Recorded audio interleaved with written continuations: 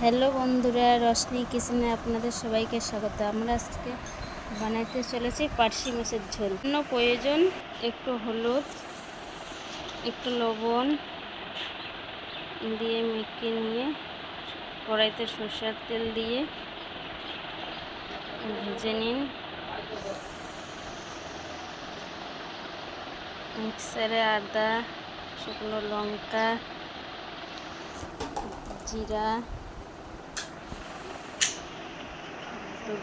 গোলমরিচ দিয়ে মিক্সারে পেস্ট করে নিন।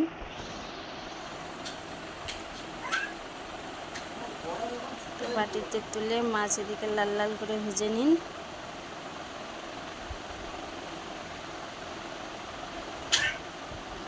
কালা জিরা, আদা, জিরা, কাঁচা লঙ্কা বাটা দিয়ে একটু নেড়ে চেড়ে নিন। একটু হলুদ, একটু লবণ, জল দিয়ে একটু নাড়াচাড়া করে নিন।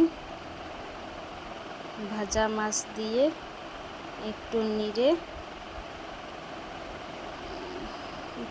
ফুটিয়ে নিন। হয়ে গেল আমাদের পার্শে মাছের ঝোল।